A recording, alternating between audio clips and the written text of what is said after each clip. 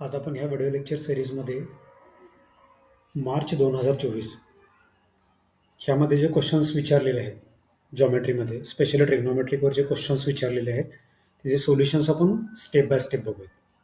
बघा, लक्षात ठेवा की बोर्ड क्वेश्चन पेपर आपण सॉल्व्ह केल्याने आपल्याला कॉन्फिडन्स निर्माण होतो आणि आपल्याला कॉन्फिडन्स येतो की आपण बोर्डाचे क्वेश्चन पेपर कसे सॉल्व्ह केले पाहिजेत. ठीक आहे, तर ह्या आयडिया आपल्याला येते. त्यामुळे बोर्डाचा प्रत्येक क्वेश्चन पेपर फक्त मॅथमॅटिक्सच नाही की सगळ्या विषयांचे तुम्ही क्वेश्चन पेपर हे सॉल्व्ह केले पाहिजे. त्यामुळे परीक्षेत काही अडचणी जर निर्माण झाले तर त्या सोल्युशन्स ऑलरेडी किंवा त्या प्रॉब्लेम्सला ऑलरेडी आपण फेस केलेला असतो. त्यामुळे आपल्याला विशेष अशी अडचण बोर्डाच्या पेपरमध्ये निर्माण होत नाही. ठीक आहे, आणि स्पेशली आपल्याला कॉन्फिडन्स बिल्ड होतो. ठीक आहे, तर आज आपण आपल्या ह्याच्यामध्ये मार्च 2024चा जो क्वेश्चन पेपर आहे ह्याच्यामध्ये ट्रिग्नोमेट्रिकवर जेवढे क्वेश्चन्स विचारले आहेत ते आपण सगळे स्टेप बाय स्टेप सॉल्व्ह करूयात. ओके, तर फर्स्ट क्वेश्चन जो आहे तो परत तुम्ही जर स्क्रीनवर बघितला तर it is again on the Pythagorean triplet. आणि आपण पहिल्या क्वेश्चन पेपरमध्ये पण बघितलं होतं की पायथागोरन ट्रिपलेटचा आपण वापर करून एक्झाम्पल कसं इझिली सॉल्व्ह करू शकतो. ठीक आहे, तर बघूयात आपण ह्या क्वेश्चनमध्ये पण. ठीक आहे, तर बघा, हा 15, 8 आणि 17. ठीक आहे, हे 3 नंबर्स दिलेले आहेत. ठीक आहे, here we can observe the bigger number is 17. Okay, so we need to take the square of 17. तर 17चा तुम्ही स्क्वेअर केला तर 17चा स्क्वेअर किती येतो? 289. ओके, तर आपण चेक करूयात.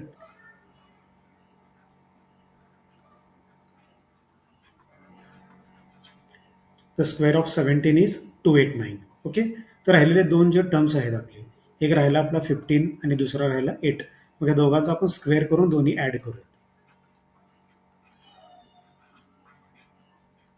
Okay, so this is 15 square plus 8 square. 15 square आपल्याला माहित आहे 225. 15 square is 225 and the square of 8 is 64. हे दोन्ही आपल्याला ॲड करायचे आहेत. ओके, तर 15चा स्क्वेअर आपण 225 लिहिला आहे आणि 8चा स्क्वेअर आपण 64 लिहिलं. ठीक आहे, हे दोन्ही जर तुम्ही ॲड केलं तर किती येतो? 289. So the addition of 225 and 64 is 289.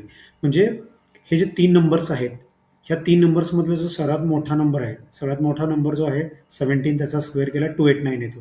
ठीक आहे, राहिलेले जे दोन नंबर्स आहेत 15 आणि 8 ह्या दोघांना स्क्वेअर करून जर ॲड केलात तर ते पण किती येतात? 289 येतात. म्हणजे हा 17चा स्क्वेअर आणि 15 स्क्वेअर प्लस 8 स्क्वेअर हा पण 289 येतो. That's why this is our option A is our Pythagorean triplet. ठीक आहे, ह्याप्रमाणे तुम्ही चेक करू शकता. तर राहिलेले जे बाकीचे ऑप्शन्स आहेत बी, सी आणि डी, म्हणजे हे बी, सी, डी हे तिन्ही पण आपले काय आहेत? नॉन पायथागोरन ट्रिपलेट आहेत. ठीक आहे, ह्याप्रमाणे तुम्ही हा क्वेश्चन अटेम्प्ट करू शकता. सेकंड जो क्वेश्चन बघितला. ओके, सो हा सेकंड जो क्वेश्चन आहे हा सेकंड क्वेश्चन हा रेसिप्रोकल्सवर फ्रेम झालेला आहे. तर तुम्हाला माहिती पाहिजे की साईनचा रेसिप्रोकल काय येतं.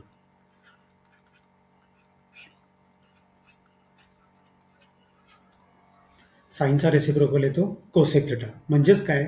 I can write sine theta as a 1 cosec theta or cosec theta is equal to 1 sine theta.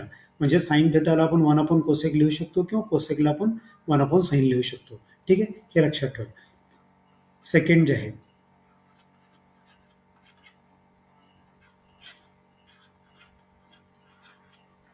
Second काय आपल्याकडे पॉईंट जर बघितलात तर sec theta is equal to 1 cos theta. ह्याचा मिनिंग काय होतोय? Either we write sec theta as a 1 cos theta or cos theta is a 1 sec theta. म्हणजे थोडक्यात काय, कॉस आणि सेक हे एकमेकाचे रेसिप्रोकल्स आहेत. आपण त्याला मराठीमध्ये गुणाकार व्यस्त म्हणतो. तसं साईन आणि कोसेक एकमेकाचे रेसिप्रोकल आहेत. आणि थर्ड कोण राहिला आपला? टॅन आणि कॉट राहिला. तर टॅन आणि कॉट पण एकमेकाचे रेसिप्रोकल्स आहेत. ठीक आहे, तर ह्याच रेसिप्रोकलवर हा क्वेश्चन आहे. तर हा क्वेश्चन बघूयात आपण. ठीक आहे, इथं विचारलं त्यांनी, काय विचारलंय बघा, की हा जो सेकंड आहे हा सेकंड ऑब्जेक्टिव्ह आहे. तर sine theta into cosec theta is equal to question mark असा क्वेश्चन आहे. ठीक आहे, तर बघा,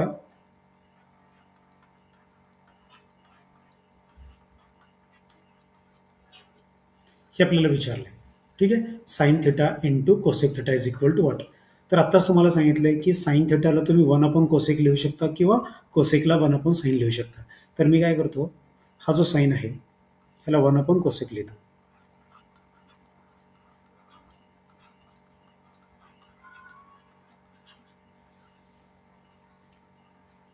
तर आपण काय केलं बघा, ह्या साईनला 1 कोसेक थिटा लिहिलं आहे आणि इकडचा कोसेक थिटा आपण काय केलं आहे, ॲज इट इज ठेवलं आहे. आणि आपल्याला माहित आहे हा cosec theta into 1 cosec theta या दोघांचा प्रॉडक्ट काय होणार, म्हणजे थोडक्यात हे दोन्ही आपले काय होणार आहेत, कॅन्सल होणार आहेत. ठीक आहे, तर आपण याला कॅन्सल करूयात. या दोन्ही टर्म्सला जर तुम्ही कॅन्सल केलात तर ते कॅन्सल केल्याने इथं 1 असतो. ठीक आहे, इथं 1 लिहिलात, हा 1 इंटू हा 1 किती येणार आपला, विच इज इक्वल टू 1 येईल. ठीक आहे, म्हणजे हा sine theta into cosec theta या दोघांचा प्रॉडक्ट किती येतो, 1. तर आपला फर्स्ट ऑप्शन हा करेक्ट आहे. ठीक आहे, ह्याप्रमाणे असे क्वेश्चन्स तुम्ही अटेम्प्ट करू शकता. म्हणजे बघा, ह्या क्वेश्चन पेपरमध्ये जे ऑब्जेक्टिव्ह आहेत, जिथे मार्क जाण्याचे जास्त चान्सेस असतात, जे विद्यार्थी पैकीच्या पैकी घेण्याच्या म्हणजे प्रयत्नात असतात, आणि समजा एखादा ऑब्जेक्टिव्ह जर त्यांचा चुकला तर असं होऊ शकतं की त्यांना पैकीच्या पैकी मार्क मिळणार नाही. That's why this objective is going to play very very important role.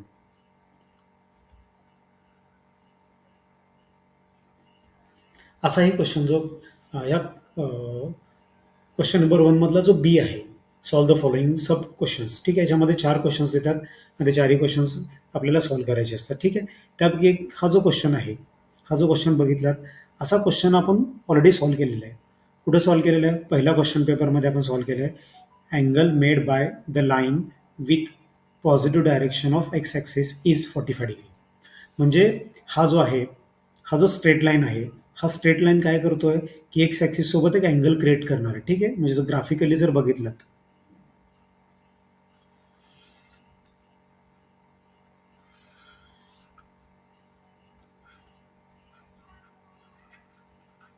Okay. So this is the graph. हे जर तुम्ही बघितलात तर आपण जे क्वेश्चन आपल्याला दिलेलं आहे, या क्वेश्चनमध्ये आपल्याला काय सांगितलेलं आहे की हा जो स्ट्रेट लाईन आहे, हा स्ट्रेट लाईन एक्स ॲक्सिस सोबत 45 डिग्रीचा अँगल तयार करतोय. तर ह्या स्ट्रेट लाईनचा आपल्याला स्लोप फाइंड आउट करायला सांगितलं आहे. ठीक आहे, तर हा स्ट्रेट लाईन आहे बघा.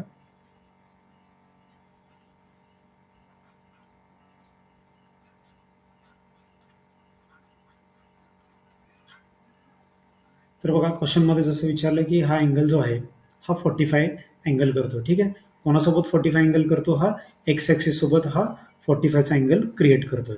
तर ह्या केसमध्ये आपल्याला सांगितलं find the slope of line. तर असे क्वेश्चन्स जे विचारतात जिथे अँगल दिलेला असतो थिटा, ठीक आहे, आणि स्लोप विचारतात आपल्याला, तर त्या सगळ्या क्वेश्चन्समध्ये स्लोप काढण्याचा फॉर्म्युला आपला असतो.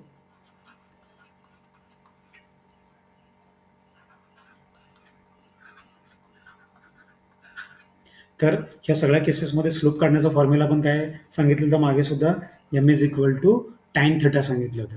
आणि आपल्याला थिटाची व्हॅल्यू त्यांनी दिलेली आहे. थिटा क्वेश्चन पेपरमध्ये जर बघितलं तर 45 डिग्री दिलेलं आहे. तर आपण काय केलं पाहिजे, तर थिटाच्या ऐवजी 45 पुट करा.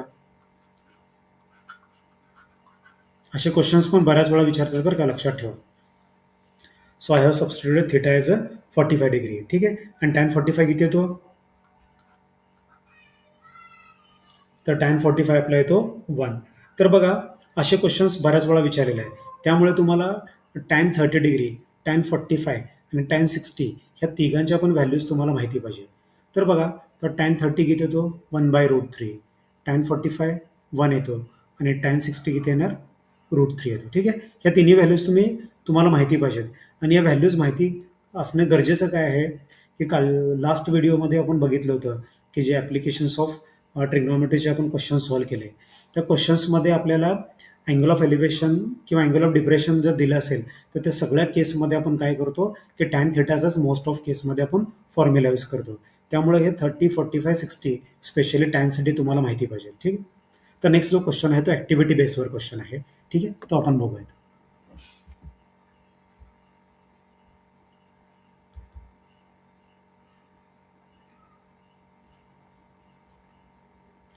हा क्वेश्चन सांगितला आपल्याला की डायग्राम दिला आपल्याला, राईट अँगल ट्रायंगल ABC दिलाय आणि इथं जो अँगल थिटा डिफाईन करून दिला आपल्याला. इथं जर तुम्ही बघितलात ग्राफमध्ये तर हा अँगल आपला थिटा आहे. ठीक आहे,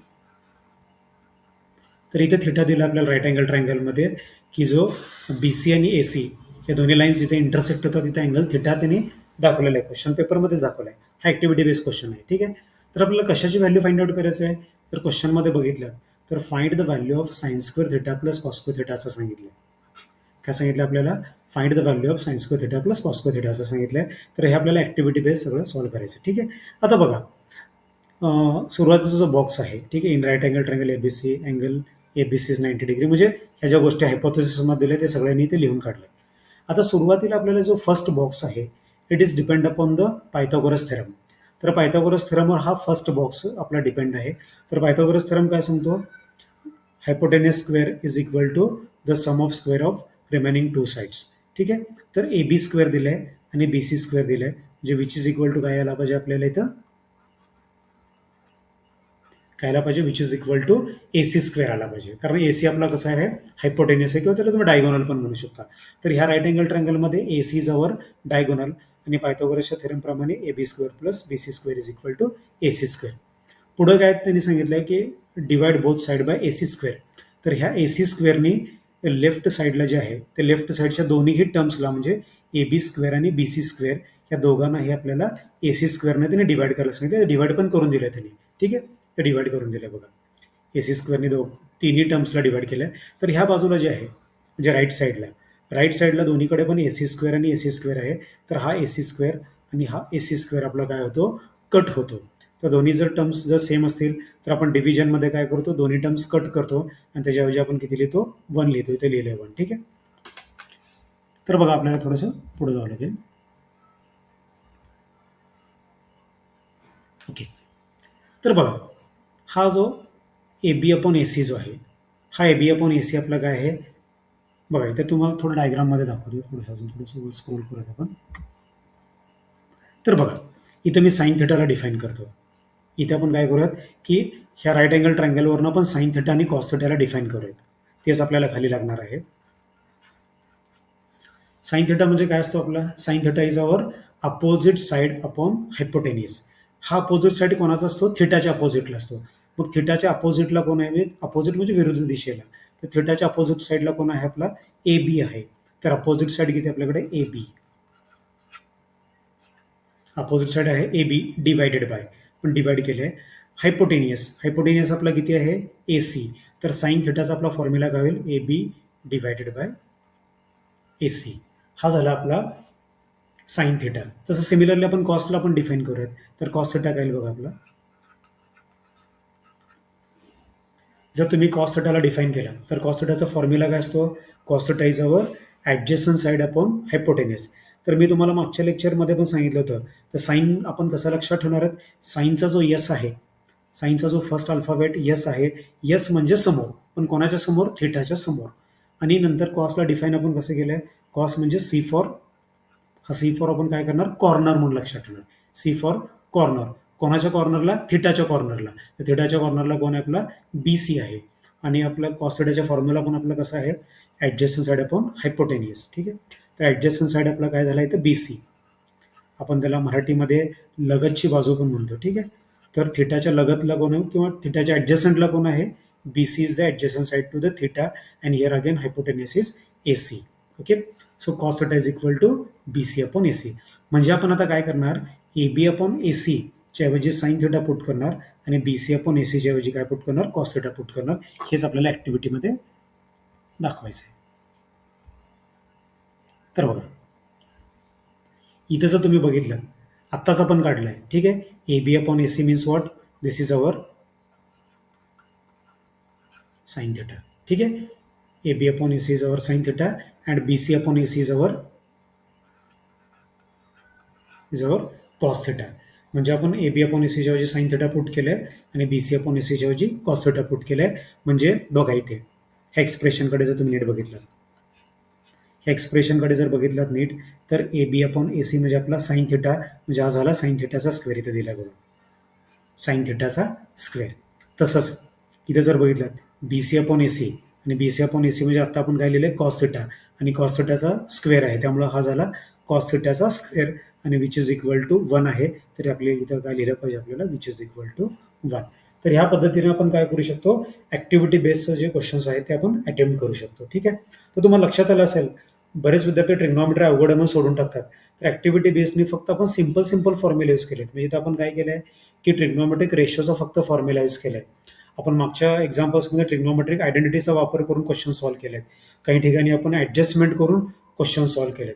तर तुम्ही ह्या क्वेश्चनचं जर 2 ते 3 वेळा जर नीट जर प्रॅक्टिस केलात तर हे एक्झाम्पल तुम्हाला परीक्षेत इझिली तुम्ही सॉल्व्ह करू शकता. ठीक आहे. पुढचा एक क्वेश्चन आहे की जो हॉट क्वेश्चन आहे. जो 4 मार्काला विचारला आहे. तुम्हाला क्वेश्चनमध्ये तर दाखवतो मी. So this question is ask for 8 marks. बघा तुम्ही क्वेश्चनमध्ये पण रेड करू शकता. Solve any two of the following sub questions. ठीक आहे, आणि 8 मार्काचा क्वेश्चन आहे, 2 सोडवायचे आहेत. म्हणजे एका प्रश्नाला 4 मार्क्स आहेत. ठीक आहे, एवढं मोठं एक्सप्रेशन आपल्याला इथं दिलेलं आहे. ठीक आहे, तर हे एक्सप्रेशन आपल्याला सॉल्व्ह करायचं आहे आणि ह्या एक्सप्रेशनची व्हॅल्यू पण -3 दिला, which is equal to -3. Then find the value of theta असं विचारलंय त्यांनी. तर हा जो थिटा आहे तो थिटा आपल्याला फाइंड आउट करायचा आहे. तर आपण step by step find out करू. तर मी काय करतो बघा, आधी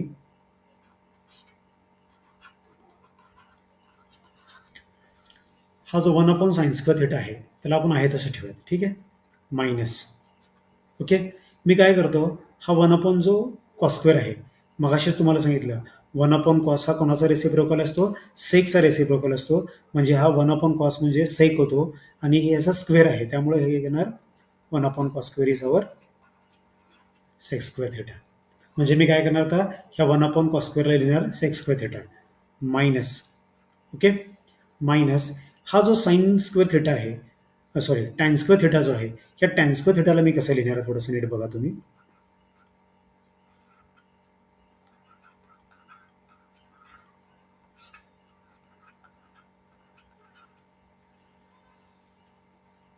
काय केलं आपण इथं, ह्या tan² आपण लिहिलं आहे sin/cos. ठीक आहे, आपल्याला माहिती आहे tan can be express as sin/cos and cot can be express as cos/sin.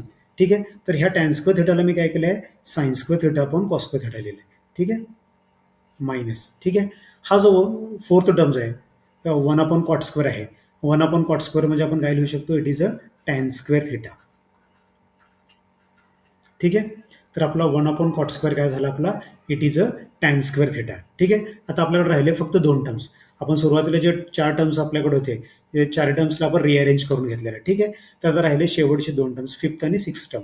ठीक आहे, तर 1/sec² म्हणजे काय, तो 1/sec² म्हणजे हा येणार cos² थिटा. ओके, 1/sec² म्हणजे cos² थिटा येतो. तसंच 1/cosec² थिटा म्हणजे काय येणार, हा sin² थिटा येतो. ठीक आहे, की 1/cosec² म्हणजे काय येणार, हे sin² theta which is equal to -3. Okay, which is equal to -3 येतो. ठीक आहे, आता बघा मी काय करणार आहे, ह्या टर्मला थोडंसं रिअरेंज करतो. हा जर टर्म जर नीट बघितला तर तुम्ही, ठीक आहे, जिथे मी टिक केलेला आहे तो टर्म, हा डिनॉमिनेटरचा डिनॉमिनेटर आहे. आणि आपल्याला माहित आहे, जर डिनॉमिनेटरचा डिनॉमिनेटर असेल तर तो डिनॉमिनेटर कुठे जातो, वर न्यूमरेटरला जातो. ठीक आहे, तर याला काय करायचं, ह्या cos² आपल्याला काय करायचं आहे, न्यूमरेटरला आपल्याला शिफ्ट करायचे. बाकी सगळे टर्म्स मी आहे तसे ठेवतो. ठीक आहे, किंवा त्याच्यामध्ये काय सिम्प्लिफिकेशन होत असेल तर आपण ते सुद्धा करूयात. तर 1/sin² थिटा मायनस. ठीक आहे, मी काय करतो, हा sec² थिटा पण आहे तसा ठेवून टाकतो. या sec² थिटाला पण आपण आहे तसं ठेवून टाकलंय. आणि आत्ताच तुम्हाला सांगितलंय की हा जो थर्ड टर्म आहे, हा थर्ड टर्म कसा आहे, आपला डिनॉमिनेटर ऑफ डिनॉमिनेटर आहे. म्हणजे हा डिनॉमिनेटर कुठे जाणार, वर न्यूमरेटरमध्ये जर गेला तर याला आपल्याला कसं लिहिता येईल,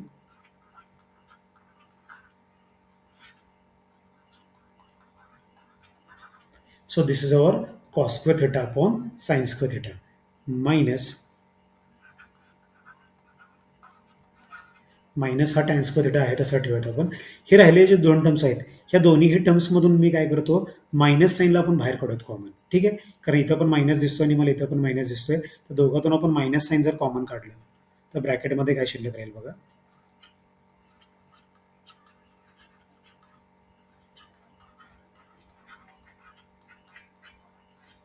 आपण ज्यावेळेस 2 किंवा 2 पेक्षा जास्त टर्म्समधून मायनस साईन जर कॉमन काढत असेल तर ब्रॅकेटमधल्या प्रत्येक टर्मचा आपण साईन चेंज करतो.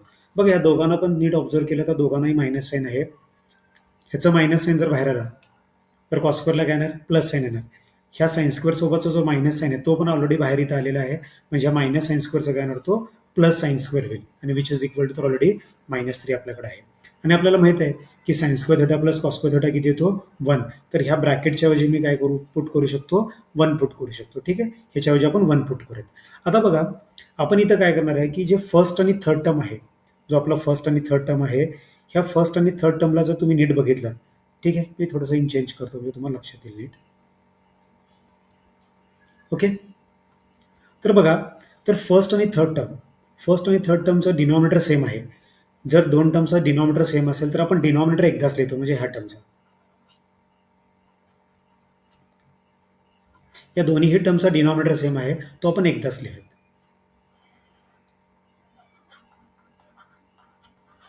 या दोघांचा डिनॉमिनेटर सेम आहे, त्यामुळे मी त्या डिनॉमिनेटरला एकदाच लिहिलं आहे. मग आपण न्यूमरेटर काय करतो, न्यूमरेटर आपण विचार करतो. ठीक आहे, इथे न्यूमरेटरला 1 आहे आणि इथं कॉस स्क्वेअरला काय आपल्याकडे मायनस आहे, म्हणजे इथं काय केलं पाहिजे आपण मायनस कॉस स्क्वेअर थिटा केलं पाहिजे.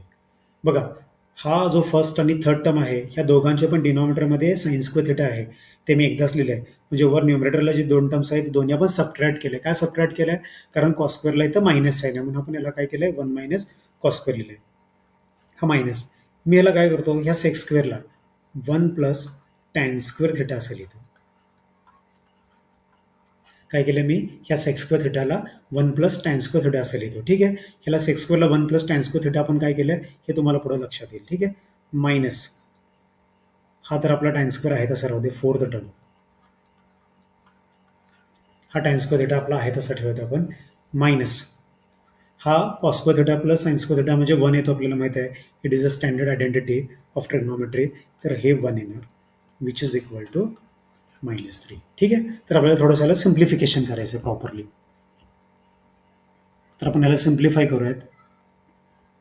अजून आपण 2 स्टेपमध्ये आपण आन्सरकडे जातो. ठीक आहे, आपण बघा, आपल्याला माहित आहे की 1 मायनस कॉस स्क्वेअर थिटा काय येतो आपला साइन स्क्वेअर थिटा.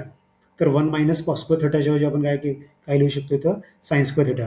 आणि 1 मायनस कॉस स्क्वेअर थिटा हा कसा साइन स्क्वेअर थिटा येतो, आपण फर्स्ट लेक्चरमध्ये प्रॉपरली एक्सप्लेन केलं होतं की sine square plus cos square equal to 1 जर असेल तर कॉस स्क्वेअरला आपण 1 मायनस साइन स्क्वेअर लिहू शकतो, किंवा साइन स्क्वेअरला 1 मायनस कॉस स्क्वेअर आपण लिहू शकतो, हे लक्षात ठेवा. ठीक आहे, त्यामुळे हा 1 मायनस कॉस स्क्वेअर म्हणजे आपला काय येतो साइन स्क्वेअर थिटा. हा डिनॉमिनेटर मधला पण साइन स्क्वेअर थिटा आपण आहे तसा ठेवून टाकूयात. ओके, मायनस हा मायनस साईन जो आहे ह्या ब्रॅकेटसाठी कम्प्लिटली. ओके, त्यामुळे हा जर ब्रॅकेट जर मला ओपन करायचा असेल तर हा मायनस साईन आपण काय केला पाहिजे, डिस्ट्रीब्यूट केला पाहिजे. म्हणजे डिस्ट्रीब्यूट करतो म्हणजे काय आपण करतो की ब्रॅकेटला ओपन करतो. मग ब्रॅकेटला ओपन केल्यानंतर ब्रॅकेटमधले जेवढे टर्म्स आहेत किंवा जेवढे नंबर्स आहेत त्या सगळ्यांचं साईन चेंज केलं पाहिजे. म्हणजे 1 येणार मायनस आणि हा प्लस टॅन स्क्वेअरचा काय होणार मायनस टॅन स्क्वेअर थिटा येईल. ओके, हा मायनस टॅन स्क्वेअर झाला. नंतर हा जो मायनस टॅन स्क्वेअर आहे त्याला आपण आहे तसं लिहून टाकूया. या minus tan square as it is, आणि इथं काय राहिलं आपल्याकडे -1 विच इज इक्वल टू हा जो -3 आहे राईट साईडला आपल्याकडे, त्या -3ला पण आहे तसं पुट करून टाकू. ठीक आहे, तर बघा इथं जो फर्स्ट टर्म आहे आपला, हा फर्स्ट टर्म इकडं न्यूमरेटरमध्ये पण साइन स्क्वेअर थिटा, डिनॉमिनेटरमध्ये पण साइन स्क्वेअर थिटा, या दोन्हीला मी काय करतो कट करून टाकतो. ओके, हा येईल 1, हा -1, हा मायनस टॅन स्क्वेअर, हा मायनस टॅन स्क्वेअर, दोन टर्म जर सेम असतील तर हा मायनस आणि मायनस काय येतो आपला दोन्ही आपण ॲड केलं पाहिजे, म्हणजे येणार -2. काय लिहिलं पाहिजे आपण -2 टॅन स्क्वेअर. जसं -x आणि -x जर असेल, समजा फॉर एक्झाम्पल समजा आपल्याकडे आहे -2x आणि मायनस जर 4x असेल तर आपण याचा आन्सर काय लिहितो, आपण याचा आन्सर लिहितो -6x. आपण याचा आन्सर लिहितो.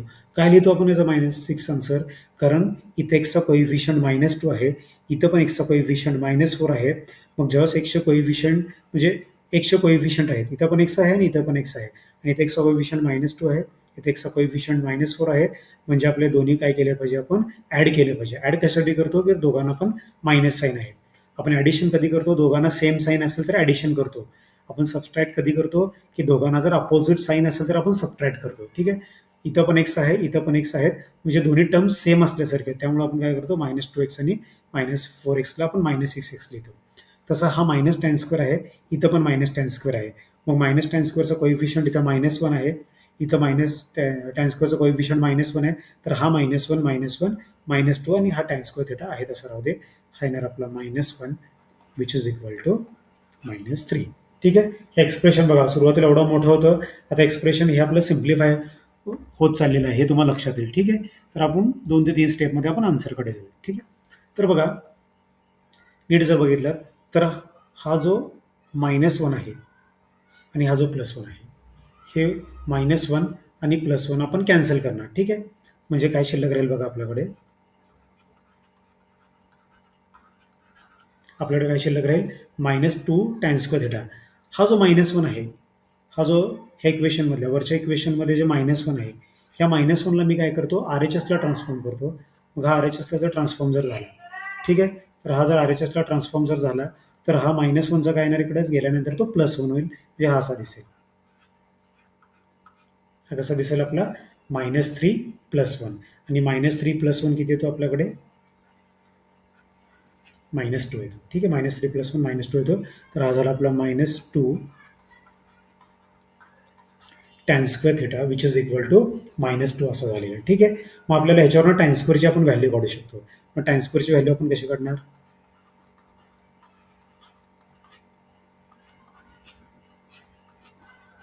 म्हणजे काय केलं आपण थोडक्यात, ह्या tan² जो कोइफिशियंट आहे -2, या दोघांच्या मध्ये मल्टिप्लिकेशन साईन आहे, तर हा -2 जर इकडे गेला तर तो डिवाइड होईल आणि हा 2 आणि हा 2 आपण कॅन्सल करू शकतो आणि मायनस मायनस काय येणार आपले प्लस येणार. हे दोन्ही कॅन्सल होणार विच इज इक्वल टू येणार आपलं हे 1. म्हणजे आपल्याला tan² θ इज इक्वल टू 1 मिळालेलं आहे. ठीक आहे. तर आपण काय करू शकतो याला, tan² θ which is equal to 1. So I can write this tan² θ is equal to 1. ठीक आहे.